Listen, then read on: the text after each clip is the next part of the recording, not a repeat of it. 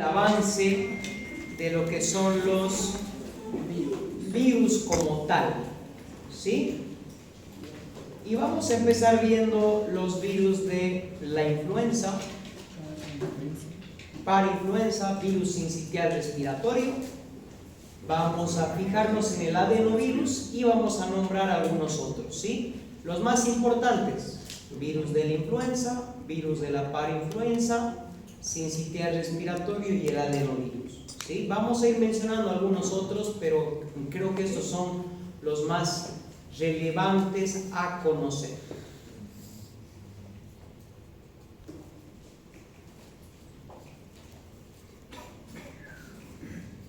Ahora sí.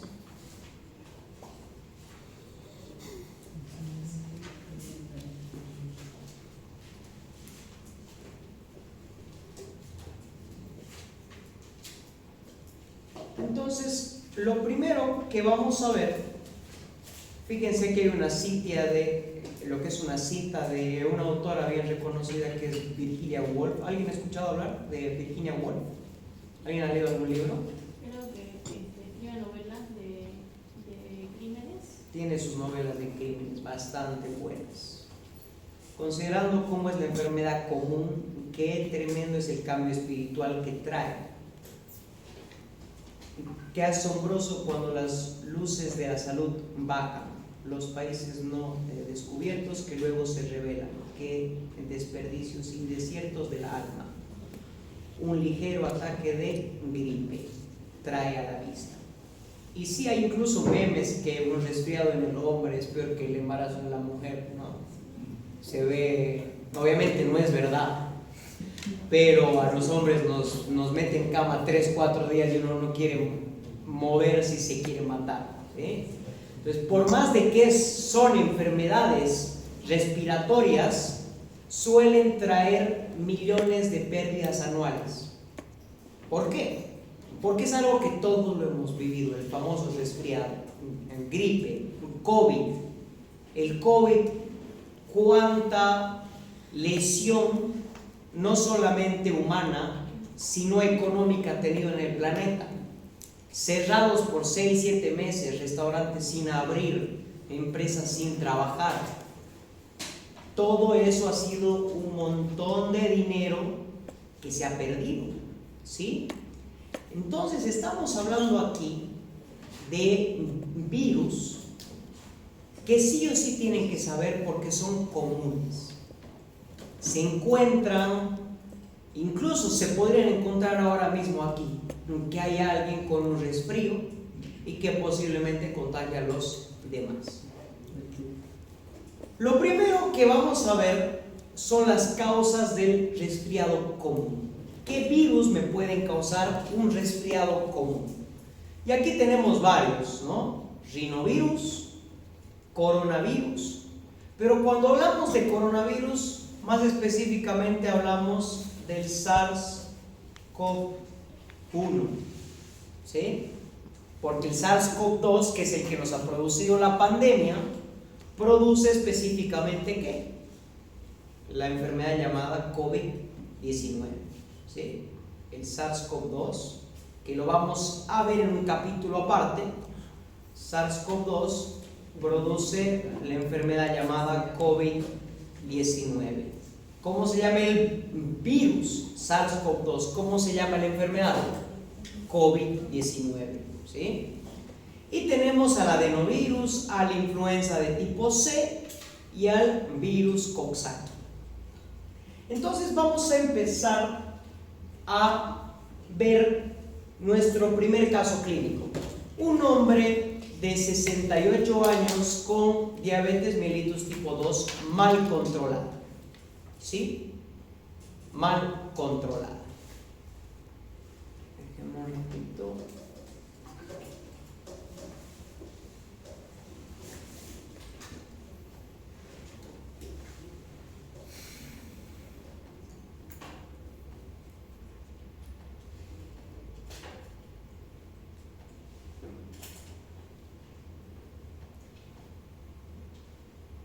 Ahora sí.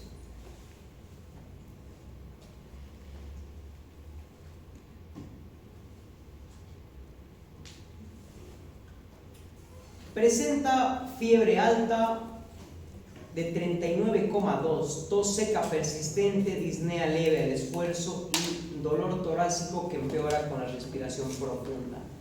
Refiere a astenia severa. ¿Alguien sabe qué es esta palabra? Astenia. ¿Alguien? ¿Qué significa astenia? ¿Qué significa mialgia? Dolor muscular. Astenia significa pérdida de fuerza o de energía, más que todo. Es una persona que no quiere hacer nada. Astenia es: no quiero levantarme de mi cama, estoy hecho bolas, ¿sí? Y pérdida de apetito, que se podría llamar anorexia también, desde hace 3 días. Al examen físico presenta una frecuencia cardíaca de 110, tiene fiebre, es normal que haya un aumento en la frecuencia cardíaca, frecuencia respiratoria de 22, presión arterial un poquito elevada y saturación de oxígeno al borde, 94. Se auscultan crepitantes finos en las bases pulmonares derechas, ¿sí? No hay roncus, no hay ronquidos, ni hay sibilancias. Las sibilancias son silbidos asociados más que todo con el asma, ¿sí? Entonces, es un cuadro típico de los llamados virus de la influenza.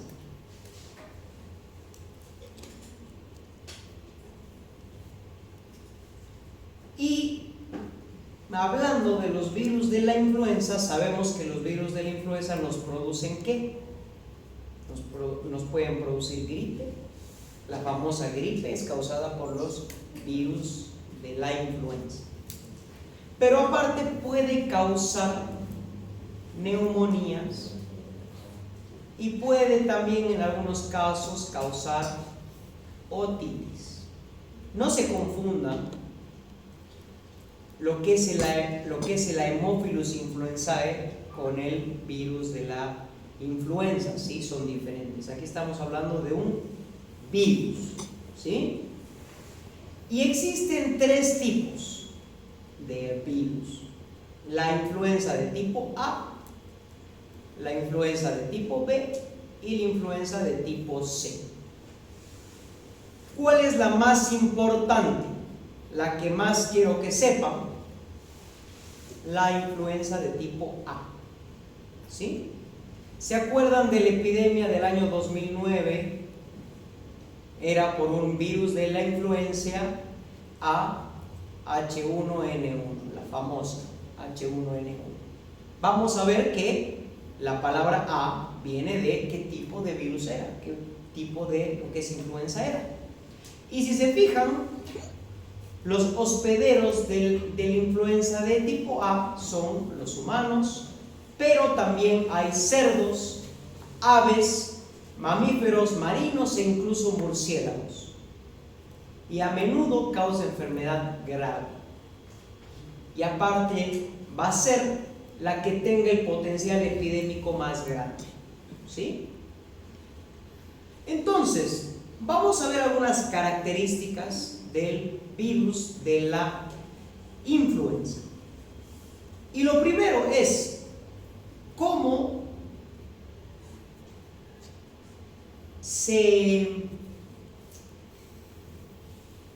se transmite. Se transmite mediante la inhalación por aerosoles, es decir, gotitas respiratorias de persona a persona, y le encanta el epitelio ciliado del tracto respiratorio. Es ahí donde tiene su tropismo. Y vamos a ver que tiene 2 proteínas de superficie que me interesa que las sepan, ¿sí? ¿Cómo se llaman esas proteínas de superficie? Hemaglutinina. ¿Cuál es la función de la hemaglutinina? Va a ser unirse a los ácidos siálicos de las células humanas, produciendo endocitosis. O sea que esta proteína llamada HA va a ser la que permita el ingreso del virus. Y luego tenemos a la neuraminidasa, con sus siglas Na. ¿Cuál es la función de la Na? Romper los enlaces del ácido siálico entre lo que se llama glutinina, y con esto ¿qué pasa? Permite la liberación. Entonces tenemos una proteína que permite el ingreso y tenemos otra proteína que permite la salida. ¿Cuál permite el ingreso? La hemaglutinina. ¿Cuál permite la salida? La liberación del virus y la diseminación celular, la neuraminidasa. ¿Y cuál es el problema? Que este virus tiene un efecto, que esto ya lo han debido ver en sus tareas, tiene un efecto citopático. ¿Alguien me puede explicar lo que es un efecto citopático?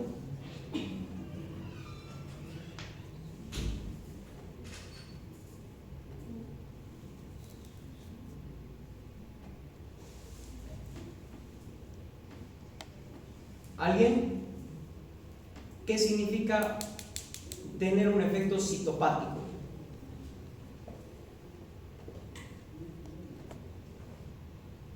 O llamo por lista. Flores. No sé. Negrón. Citopático, por entender el sentido que puede ser patologías que se pueden generar en citoplasma celular, puede ser a través de falta de proteínas que pueden ser las estructurales. De nuevo.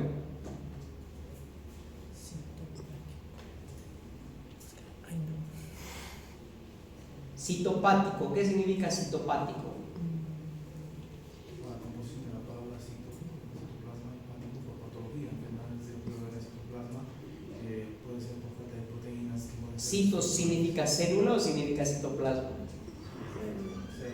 Célula. Entonces, quizás no solamente en el citoplasma. Entonces una patología celular. Genera una lesión celular. ¿Sí? ¿Y por qué genera este efecto citopático? ¿Por qué? Porque hemos hablado de que el virus replica intracelularmente y ahí se adueña de la maquinaria que la célula tiene para poder vivir. ¿Sí? Efecto citopático significa un efecto directo del virus hacia la célula. ¿Sí? Porque hay otros efectos. Por ejemplo, ¿cuáles? Alejandro, ¿cómo un virus puede lesionar nuestras células? Uno es un efecto citopático. ¿De qué otra forma un virus puede lesionar nuestras células? Por su mecanismo de reproducción podría ser, ya que un virus se replica mediante ADN o ARN. Ese es el efecto citopático. Y no digas nunca reproducción en virus. Reproducción es que no pasa eso. Entonces, ¿cómo sería? Replicación, duplicación. Es frágil. División se habla en virus igual. Pero, ¿qué más? ¿Qué más? ¿Cómo un virus puede dañar mi célula? ¿O cómo puede dañarnos un virus? Uno es un efecto citopático. ¿Qué más? ¿Cómo? Modificando el ADN, alterando la mitosis. Igual va a ser un efecto citopático porque va a ser lesión directa. Pero ¿qué otro mecanismo hay? Ahora, vamos a ir con tu ejemplo. ¿Qué pasa si te modifica el ADN? Puede ocasionar ¿Riesgo de qué? una respuesta autoinmune. Ya, espera. Luego vamos a ver. Pero la lesión en el ADN o mutaciones extrañas en las células, ¿a qué me lleva? A cáncer. Cáncer. Entonces, puede ser un virus oncogénico. ¿Quién conoce algún virus que pueda producir cáncer? ¿Qué virus puede producir cáncer? Hepatitis B. Perfecto. En este caso, ese virus actúa de manera directa con su efecto citopático, pero también actúa generando oncogénesis, alterando lo que es el ADN. ¿Sí? Si yo altero al ADN, puedo producir células cancerígenas y de esa manera lesionar al cuerpo humano. Y la otra forma no es con enfermedades autoinmunes, aunque hay riesgo en algunos virus, así como en las bacterias hemos visto de que hay bacterias que pueden desencadenar las enfermedades autoinmunes, como el síndrome urémico hemolítico, síndrome de Guillain-Barré, glomerulonefritis postestreptocócica, fiebre reumática, las que les he enseñado, pero hemos hablado de que un microorganismo también nos lesiona cuando activa nuestro sistema inmune, y nuestro sistema inmune se arrebata y no solamente lesiona a las células, sino que nos lesiona a nosotros mismos, ¿sí? No solamente lesiona al virus, sino que nos lesiona indirectamente, ¿sí? Entonces eso es lo que deberían haber hecho en su tarea y lo que les voy a preguntar en el examen. Así que por favor lean este tema. Entonces fíjense qué pasa. ¿Qué pasa? Se replica intracelularmente. Este virus provoca lisis de las células epiteliales y esto provoca necrosis. Cuando hay necrosis, ¿qué pasa? Necrosis es una muerte celular no programada y que trae consigo inflamación y migración de células inmunes. Entonces, responde el sistema inmune. ¿Cómo responde? Con inflamación. ¿Con qué más? Con fiebre. Y justamente los macrófagos se activan, liberan interleucina 1, interleucina 6, factor de necrosis tumoral, y esto, por mecanismos que van a ver al año, producen fiebre. ¿Qué es lo que tenemos? Uno tiene que saber explicar cómo un virus me produce los síntomas que yo tengo, cómo una bacteria me produce los síntomas que yo veo en la persona. ¿Por qué el Mycobacterium tuberculosis me provoca lo que es una tuberculosis pulmonar? ¿Cómo actúa? ¿De qué manera? ¿Por qué tal bacteria genera una toxina, la toxina difterica, la toxina tetánica, y esa me causa los síntomas? Ustedes tienen que enlazar todo ese proceso, ¿sí? Saber explicar el por qué este microorganismo me está haciendo daño y cómo ese daño se traduce en la clínica. ¿Por qué yo tengo fiebre cuando tengo una gripe? ¿Por qué? Porque se activa nuestro sistema inmune, ¿sí? Y por otro lado se activan linfocitos que generan también interferón gamma, que es una proteína antiviral muy importante, pero esta también me genera mialgias. ¿Por qué me duele, doctor, en el resfriado, en la gripe? ¿Por qué me duele todo el cuerpo? ¿Por qué siento que me han apaleado? Por la reacción indirecta del sistema inmune, ¿sí? El sistema inmune se activa a consecuencia de un virus y provoca estos síntomas. ¿Estamos? ¿Estamos claros hasta ahí?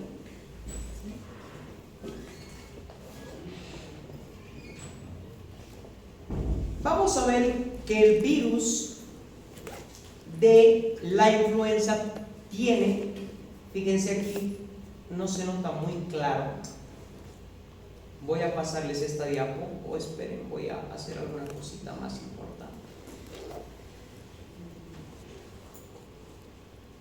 Voy a ampliar esto porque les quiero mostrar la estructura del virus de la influenza de mejor manera.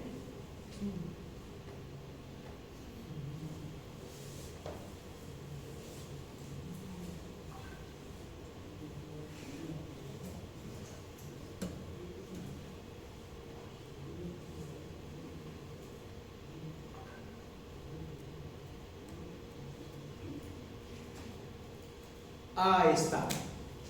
Pues fíjense, y no hemos mencionado que el virus de la influenza es un virus ARN, ¿sí? Pero es un virus ARN de cadena negativa. ¿Eso qué significa? Que tiene que convertirse de cadena negativa a cadena positiva y recién utilizar lo que es el ARN mensajero para sintetizar sus propias proteínas. ¿sí? Tiene un envoltorio y tiene las proteínas de superficie que eran la neuraminidasa y la hemaglutinina. Y se acuerdan de que el virus de la influenza que nos ha producido esa pandemia en el 2009 era de tipo A, H1N1. ¿De dónde viene H? De la hemaglutinina. ¿De dónde viene N? De la neuraminidasa. ¿Por qué? Porque hay distintos tipos de N y distintos tipos de H. Y mediante esos tipos se nombra a las cepas de la influenza. ¿Sí? Hay muchísimas cepas, pero esa es la forma en la que se nombra. La H2N3, H1N1, H1N2, bla, bla, bla. Su tipo, si es de tipo A, de tipo B o de tipo C. Y posteriormente se nombra la letra H por la hemaglutinina y la letra N por la neuraminidasa. Fíjense, aquí tenemos la espícula de la letra H, estas son las proteínas, y tenemos la espícula de la neuraminidasa, son proteínas de superficie. Y aquí adentro del virus tenemos ¿qué? El material genético, el ARN con cadena negativa. ¿Sí? ¿Estamos claros hasta ahí?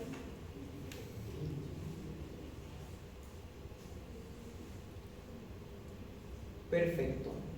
¿Y cómo se trata este virus? Porque hay fármacos famosos que se han utilizado desde hace mucho tiempo, que son los inhibidores de la neuraminidasa.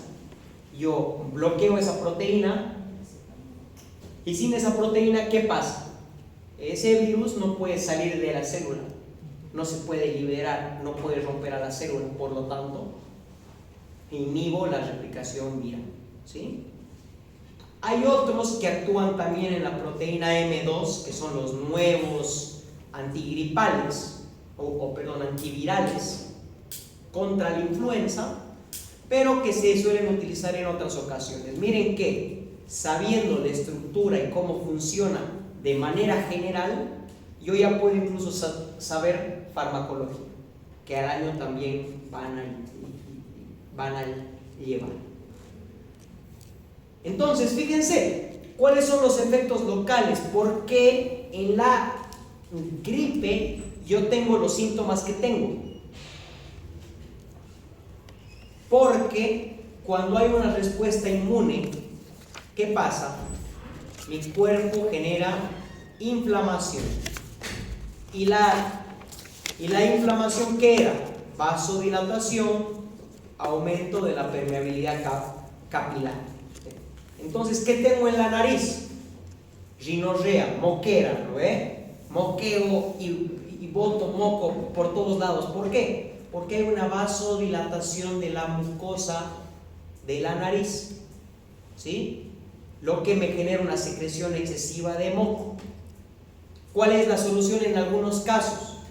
Utilizar vasoconstrictores locales. Yo cierro esos vasos, reduzco la inflamación y genero menos moco, que es el famoso Iriadin. No sé si se han puesto alguna vez para poder destapar la nariz.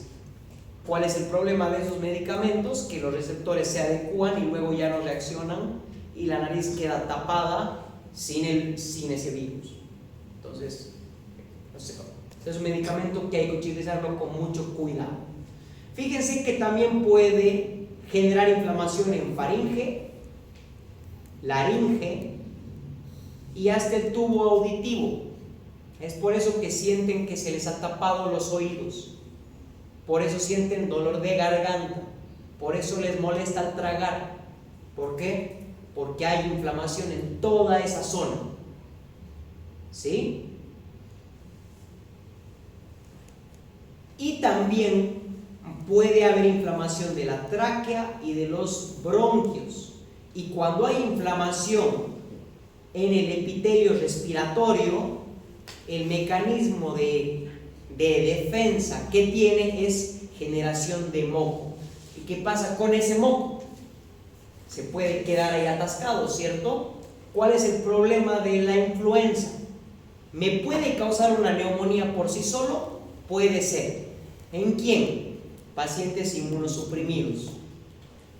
Y sé que está mal decir pacientes inmunosuprimidos, porque ¿qué decir? ¿De qué lado es inmunosuprimido? De linfocitos, de neutrófilos, del sistema de complemento, de inmunoglobulinas. Pero un paciente diabético, un paciente en tratamiento para cáncer, un paciente con estadio SIDA, va a ser un paciente inmunosuprimido, ¿cierto? Entonces, en estos pacientes y en los ancianitos, lo que es la influenza me puede causar una neumonía y me puede matar. Por eso es que hay vacunación. ¿Para quiénes? Para los abuelitos. No es para todas las personas, es para los que se encuentran en salud, pero aparte, ¿para quién? Para los abuelitos, todos los años. Ya vamos a hablar de eso en su momento. Pero ¿cuál es el problema? Fíjense que si la infección persiste, me lesiona el epitelio ciliado. Y si se acuerdan de mis clases hace más de 5 meses, hemos hablado de que los cilios cumplen una función protectora. ¿Por qué? Porque barren el moco para poder expulsarlo. Si ese moco se queda, puede haber una pérdida de función de limpieza y puede haber una neumonía bacteriana secundaria. ¿Sí?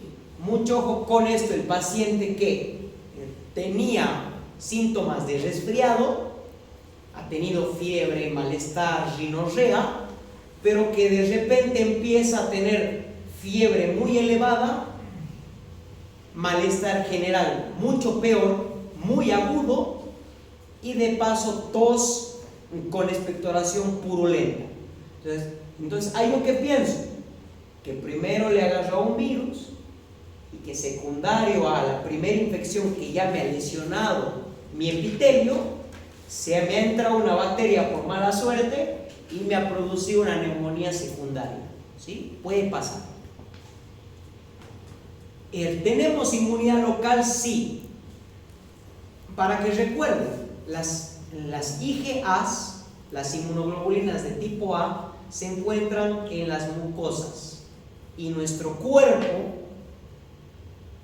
si es que yo ya me he enfermado de lo que es influenza, puedo tener protección contra la misma cepa.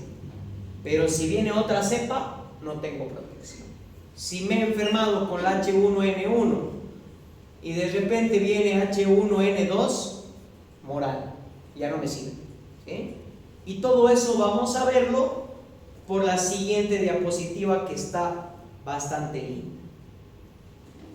Vamos a ver que el virus de la influenza puede tener 2 mecanismos importantes de lo que es evasión del sistema inmune. ¿Cuál es el primero?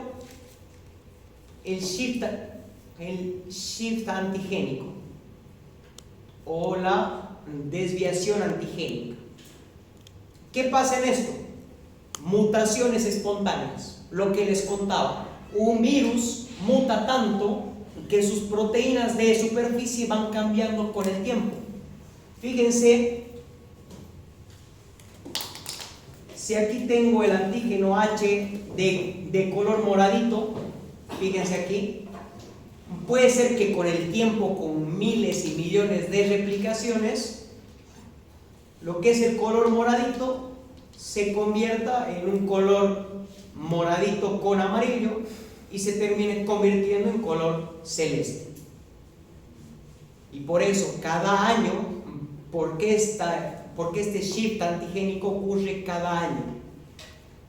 Y se ha visto de que cada año hay nuevas mutaciones en la hemaglutinina y en la neuraminidasa.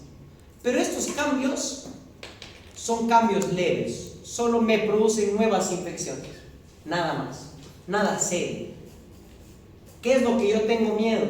El salto antigénico, que usualmente puede ocurrir cada 20 años. ¿Ustedes van a poder vivir una pandemia? Yo creo que sí. Esperemos que no, pero quizás la viva, y posiblemente sea por influenza. ¿Por qué? Porque cuando un humano que está contagiado por una gripe humana se contagia por mala suerte con una cepa que solamente esté en las aves, puede ocurrir una mutación. Hay un intercambio de segmentos de ARN entre el virus humano versus el animal. Y ahí, ¿qué tenemos? Una cepa que posiblemente pueda causar pandemia. ¿Sí? ¿Por qué? Porque tenemos nuevos H's y nuevas N's, que nadie tiene inmunidad, ¿sí?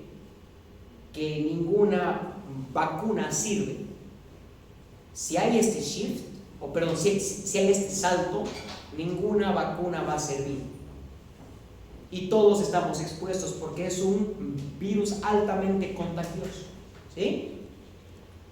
Y por eso en Estados Unidos, yo ya les voy a ir pasando noticias, no las he puesto aquí por tema de tiempo, pero cuando hay lo que es un brote animal,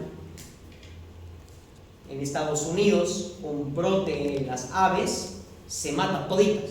¿Por qué? Porque si esa ave pasa al humano, y de mala suerte el humano tenía otro virus humano, se pasan ADN y podríamos tener problemas. Y han habido casos, los casos que pasan de lo que es un ave a un humano, se suelen tratar de forma bastante cerrada, ¿sí? Y aquí hacen un rastreo epidemiológico tremendo. Ahí es en donde la epidemiología toma bastante valor. Rastrean a todos los contactos, les hacen pruebas, van a hacer análisis genéticos del virus. ¿Todo para qué? Para estar preparados. Sale el virus de ahí, sale del cepo que se pone y tenemos una pandemia, ¿sí? Entonces hay sistemas de lo que es epidemiologilancia para justamente controlar estas cosas. Es un virus que no se van a cansar de estudiarlo, y si alguien es infectólogo o lo que es epidemiólogo, se debe enfrentar alguna vez a lo que es la influenza, ¿sí? ¿Vamos hasta ahí bien? Virus de la influenza, lo que necesito que sepa, ¿sí? Vamos al siguiente caso. Una niña de 2 años con antecedentes de EPOC leve, quizás le quiten EPOC leve, vacunación incompleta, presenta tos seca, Borg-like. ¿Qué significa Borg? Tos perruna, tos de perro, la famosa tos de perro, ¿eh? No es lo mismo que la tos por tosferina, era diferente. Es una tos cianótica emetizante, esa es una tos seca de perro. Presenta un sonido inspiratorio llamado estridor, disnea leve o disnea a pequeños esfuerzos, a grandes esfuerzos, y fiebre baja desde hace 12 horas. Al examen físico destaca taquicardia, frecuencia respiratoria elevada y presenta estridor. Presente incluso en reposo. La radiografía de cuello lateral muestra un estrechamiento del espacio subglótico que se conoce como signo de paja. ¿Ven aquí cómo se hace esto? Ese es el signo de paja, ¿sí? Entonces estamos hablando de lo que es una patología llamada Krupp laringio, ¿sí? Que consiste en una triada: tos traqueal metálico perruna, también un estridor laríngeo, un sonido a la inspiración y disfonía. ¿Cómo se llama este cuadro? Laringotraqueobronquitis. O sea, hay una inflamación en la laringe, lo que me produce disfonía. Luego hay una inflamación en la tráquea que se cierra y me genera ese estridor. Y por último tenemos la tos traqueal, que justamente ocurre por la traqueitis, ¿sí? Y se puede ver justamente esta inflamación en esta zona con el estrechamiento de este espacio por abajo de la glotis. ¿Cuál es el problema de esta patología? Se cierra la glotis y la persona no puede respirar, ¿sí? ¿Y quién nos produce este cuadro? El virus de la parainfluenza. También es un virus ARN de cadena negativa, ¿sí? Presenta 4 serotipos, presenta también proteínas como hemaglutinina y neuraminidasa.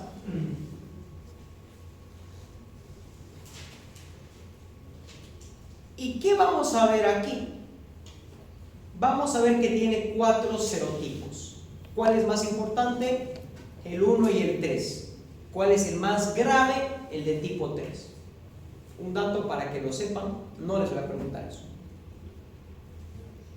Que ustedes sepan identificar el caso clínico y sospechar en parainfluenza, eso sí. Ya les he puesto el caso clínico. El Krupp laríngeo, la laringio-traqueobronquitis, estridor inspiratorio, tos de perro, disnea y signos de dificultad respiratoria. Puede haber neumonía en casos severos. Acuérdense de que los niños también pueden estar inmunosuprimidos. Niños con cáncer haciendo quimioterapia pueden estar inmunosuprimidos. Niños que han padecido alguna enfermedad autoinmune y están recibiendo corticoides, dosis altas, pueden agarrar una parainfluenza que te mata, ¿sí? Y en los adultos, fíjense, resfriado común. El resfriado común se puede dar también por la parainfluenza en adultos, uno puede tener, pero en los niños, Krupp laríngeo, ¿sí? ¿Cómo se transmite? Por aerosoles, la misma que la influenza. Influenza, parainfluenza se transmiten del mismo modo. Las proteínas de superficie, las mismas con el mismo efecto. Hemaglutinina y neuraminidasa, las que quiero que sepan. Existen otras, como la proteína F, que hace que se fusionen las células, o la proteína M, que hace de que se reestructure el virus luego de que sus proteínas se han formado, ¿sí? De este nada más. ¿Cómo se trata? Tratando lo más peligroso, que es que se cierre la vía aérea. ¿Cómo la trato? Con antiinflamatorios, sobre todo corticoides, con oxígeno en casos graves, ¿sí? Tengo que asegurar que mi vía aérea esté permeable. Si se cierra tanto por esa inflamación, la glotis, hay que tener mucho cuidado con la glotis. Si se cierra, yo tengo que dar corticoides, adrenalina, lo que es oxígeno para que la vía aérea permite el paso del aire, que tiene obviamente el oxígeno, etcétera, etcétera. ¿Vamos bien hasta ahí, doctores? Parainfluenza y lo que es influenza. Vamos con el siguiente caso clínico. Lactante de 4 meses de edad con antecedentes de parto pretérmino. Acuérdense, parto pretérmino es riesgo de algunas infecciones. El parto prematuro, que se da desde la semana 28 hasta la semana 35, ¿sí? Entonces fíjense, parto pretérmino de 34 semanas. presenta fiebre leve, tos persistente, rinorrea acuosa y disnea progresiva durante 48 horas. Y en un lactante de 4 meses, el lactante no les va a contar, no siento el aire. Entonces, ¿cómo se ve esta disnea? ¿Cómo se puede ver la insuficiencia respiratoria? Se pone azul y en casos graves, pero antes que se ponga azul, está frío, podría ser, pero fíjate, el paciente tiene fiebre, el paciente tiene una infección, más bien está caliente. ¿Qué más yo puedo ver en el recién nacido que me puede decir, che, no estás respirando bien? No falta de celular, doctor. ¿Qué?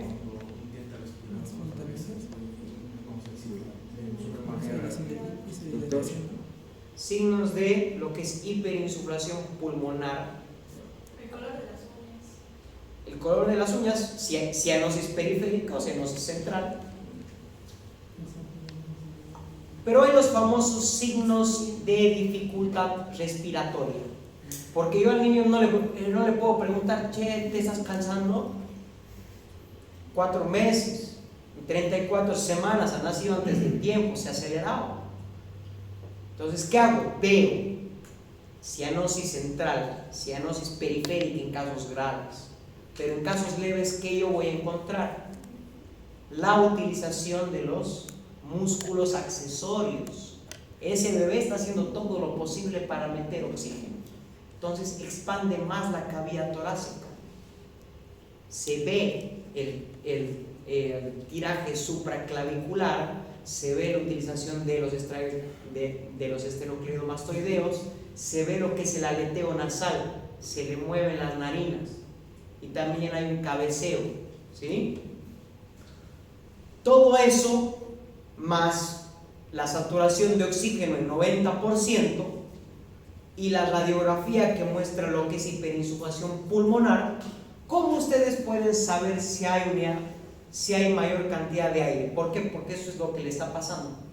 No está pudiendo ese bebé sacar el aire hacia el exterior, ¿sí? ¿Por qué? Porque hay una inflamación en los bronquiolos. Desde ya les aviso, esta patología se llama bronquiolitis.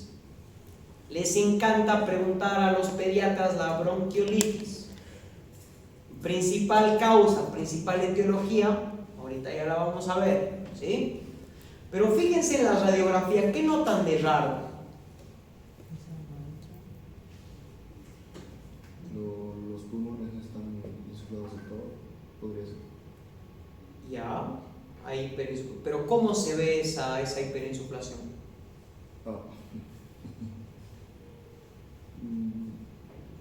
Uno, se puede ver que las zonas del parénquima pulmonar, voy a hablar en términos comunes, sean zonas más negras, porque el negro es aire. Si hay más aire, el pulmón se va a ver más negro, ¿sí? Se ve la trama bronquial y todo lo demás, pero se puede ver un pulmón más negro, ¿sí? Por otro lado, miren, las costillas están horizontalizadas, las costillas son más así. Entonces, horizontalización de las costillas, que se pueda contar más espacios intercostales, creo que más de 7, 8, más son signos de lo que es hiperinsuflación pulmonar, ¿sí? Cuadro llamado bronquiolitis, inflamación de los bronquiolos. ¿Quién me produce esto? ¿Quién me produce este cuadro? Virus sincitial respiratorio. BSR, virus sincitial respiratorio. ¿Cómo se transmite? Secreciones nasales, contacto mano a mano o de vía aérea. Y doctores, este es un virus muy pero muy contagioso. Y por eso es que hay que tener cuidado cuando los adultos resfriados estén cerca de lactantes, ¿sí? No es porque les va a agarrar un resfriado, porque si les agarra lactante no le va a agarrar un resfriado. Si es este virus, les puede agarrar una bronquiolitis aguda, ¿sí? Y fíjense que es el principal patógeno respiratorio en los lactantes. Y casi todos los niños se infectan antes de los 3 años. ¿Sí? Solo que algunos la pasan con un resfriado y muchos en el hospital hay cada nada pacientes internados con bronquiolitis. Bronquiolitis es una patología que se la tienen que saber de pe a pa cuando lleven pediatría y en lo que es el internado. ¿Sí? Tratamiento. ¿Qué se hace cuando algo está muy inflamado? Cuando el problema es la inflamación. El virus no es el problema es la inflamación que este virus me produce. ¿Qué hago yo? Doy antiinflamatorios. Los más fuertes, los corticoides. Se da corticoides a este tipo de pacientitos. ¿Sí? Y hay, obviamente en países de primer mundo, los anticuerpos monoclonales como el nirsevimab. ¿Y dónde actúa el nirsevimab? Vamos a ver que el virus sincitial respiratorio es un virus ARN de una cadena. Fíjense, una sola cadena. Pero tiene 2 proteínas importantes, la proteína G y la proteína F, o el antígeno F y el antígeno G. ¿Qué hace el antígeno F? Fusiona las células, provoca la fusión entre células. ¿Sí? ¿Y qué hace el antígeno G? Provoca la unión del virus con las células. ¿Qué células? Células del epitelio respiratorio. Aquí, si se fijan, no hemos hablado del riñón ni del intestino. ¿Por qué? ¿Por qué? Porque la influenza, la parainfluenza, el sincitial respiratorio no tienen tropismo por las células de otros sistemas. Su tropismo es ¿a dónde? Células del epitelio respiratorio. Sus proteínas se unen al epitelio respiratorio. Tanto lo que se llama aglutinina en la influenza y parainfluenza, como la proteína G o el antígeno G si hablamos del virus sincitial respiratorio. Entonces, ¿qué provoca? Se adhiere al epitelio de los bronquiolos y también de los alveolos. ¿Sí? Si se fijan, es un virus que presenta una cápside como todos, pero también tiene una envoltura. ¿Sí? Y provoca ¿qué? Efectos citopáticos. Provoca necrosis de las células de los bronquiolos y de lo que son los alveolos. Y cuando hay necrosis, acuérdense, siempre que hay necrosis, ¿qué va a haber? Va a haber inflamación. Y inflamación es vasodilatación, paso de líquidos, células inmunes en el lugar peleando contra este virus. Si es en los bronquiolos, voy a tener bronquiolitis. Y aquí no les he puesto un signo característico que son las sibilancias, que se pueden escuchar a la auscultación. Como se cierra la vía aérea, más que todos los bronquiolos, cuando fluye el aire por ese espacio estrecho, se produce un sonido que se llama sibilancias, que es muy parecido a lo que es un silbido. ¿Sí? ¿Por qué? Por el estrechamiento de los bronquiolos. Si la inflamación y la necrosis llega a lo que son los alveolos, que tenemos neumonía. Y en vez de estar el pulmón así limpiecito, va a estar con manchas opacas, con manchas blancas, si le quieren llamar así. ¿Sí? Con exudados, presencia de exudados bilaterales. Aquí se puede ver un poquito, miren. Aquí hay una condensación, aquí hay una neumonía basal. ¿Y por qué creen que se ausculta? Porque cuando yo empiezo a auscultar, empiezo desde arriba, si quieren, pero ahí ustedes van escuchando y no sienten nada. pero cuando llegan al foco de condensación, cuando llegan aquí, van a escuchar sonidos raros, dependiendo de la patología que sea, ¿sí? Entonces, así ustedes pueden decir por la clínica, a mí me parece que hay una condensación en tal lugar, en el lóbulo inferior, por ejemplo, ¿sí?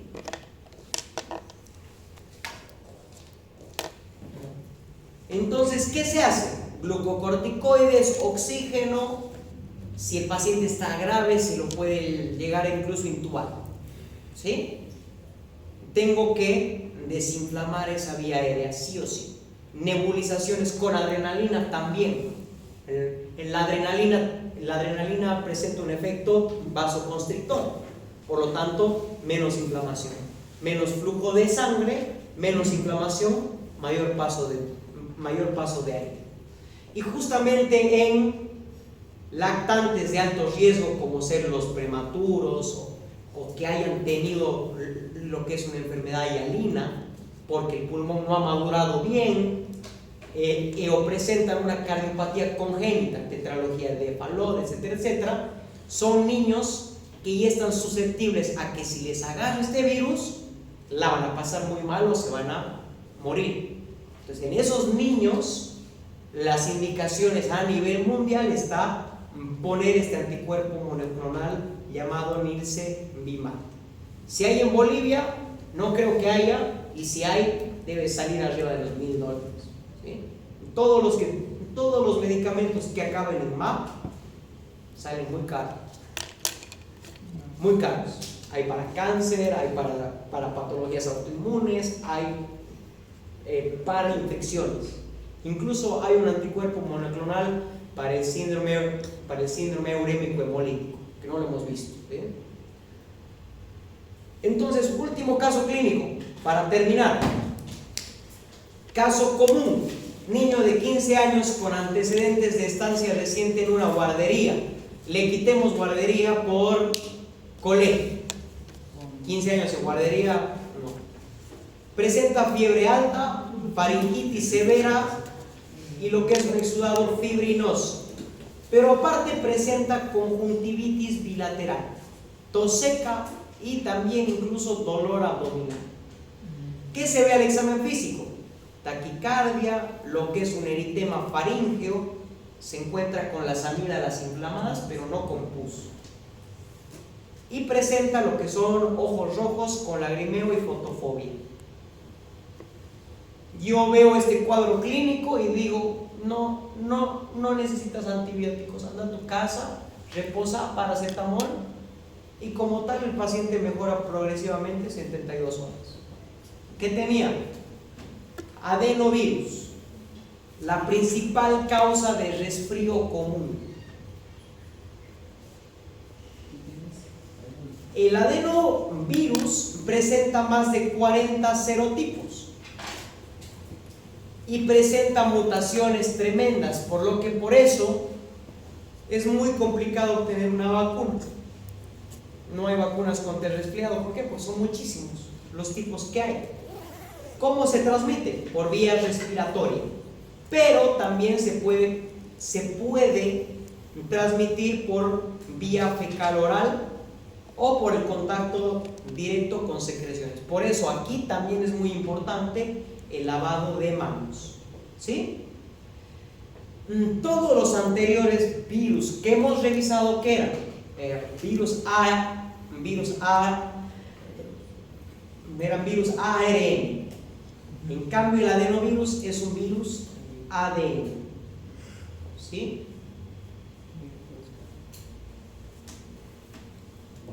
¿Qué provoca? Tiene también una proteína, mismo nombre, llamada hemaglutinina,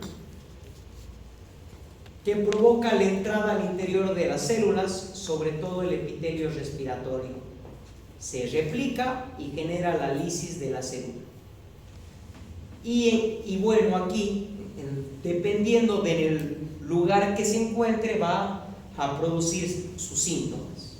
El tracto respiratorio superior, lo más frecuente, rinorrea y dolor de garganta. Lo típico del resfriado, moco y dolor de garganta. En casos muy excepcionales puede progresar a neumonías atípicas, ¿sí? Pero es muy raro presentar neumonías por adenovirus. Se han registrado, pero es en pacientes con alguna alteración en su sistema inmunitario. Si hay una infección en la conjuntiva, que es la capa que recubre al ojo, tenemos conjuntivitis. Y usualmente lo que pasa es que el paciente viene con su cuadro de resfrío más un cuadro de conjuntivitis añadido. Ahí yo sé de que no va a ser una conjuntivitis por alergias o no va a ser una conjuntivitis bacteriana, sino por el cuadro clínico yo puedo decir esto es una conjuntivitis viral. ¿Por qué? Por adenovirus. Y fíjense de que en algunos casos puede afectar a la vejiga y puede provocar una cistitis hemorrágica. Muy raro. Lo más común, resfrío común y la conjuntivitis. ¿Y en dónde vamos a tener la transmisión? Sobre todo en lugares cerrados, como aulas, guarderías, hospitales. Es el lugar en el que, estaba en el hospital y me contagia un resfrío. Puede pasar. Mucha gente pasa por el mismo lugar, no hay una ventilación adecuada, ¿sí? Los serotipos más frecuentes que no quiero que sepan, el 3, el 4 y el 7, ¿sí? Y fíjense, aquí les he puesto un cuadrito para que lo sepan. ¿Cuáles son las causas más comunes, repito, de resfrío común? Rinovirus, coronavirus, adenovirus, influenza tipo C y Coxsackie. Y conjuntivitis. La primera causa es Haemophilus influenzae, luego el adenovirus y por último el Streptococcus pneumoniae. Entonces, en conjuntivitis, ¿en qué empiezo? En dos bacterias que son Streptococcus pneumoniae gram positiva y lo que es el Haemophilus influenzae, Coccobacilo gram negativo. Que ustedes ya deben ser expertos en reconocer bacterias, ¿no? Por lo menos algunos. Entonces, doctores, estudien bien estos cuadros clínicos, ¿sí? Y con eso terminamos la clase de hoy. Vayan haciendo sus portafolios, por favor, vayan haciendo todo lo que necesiten hacer.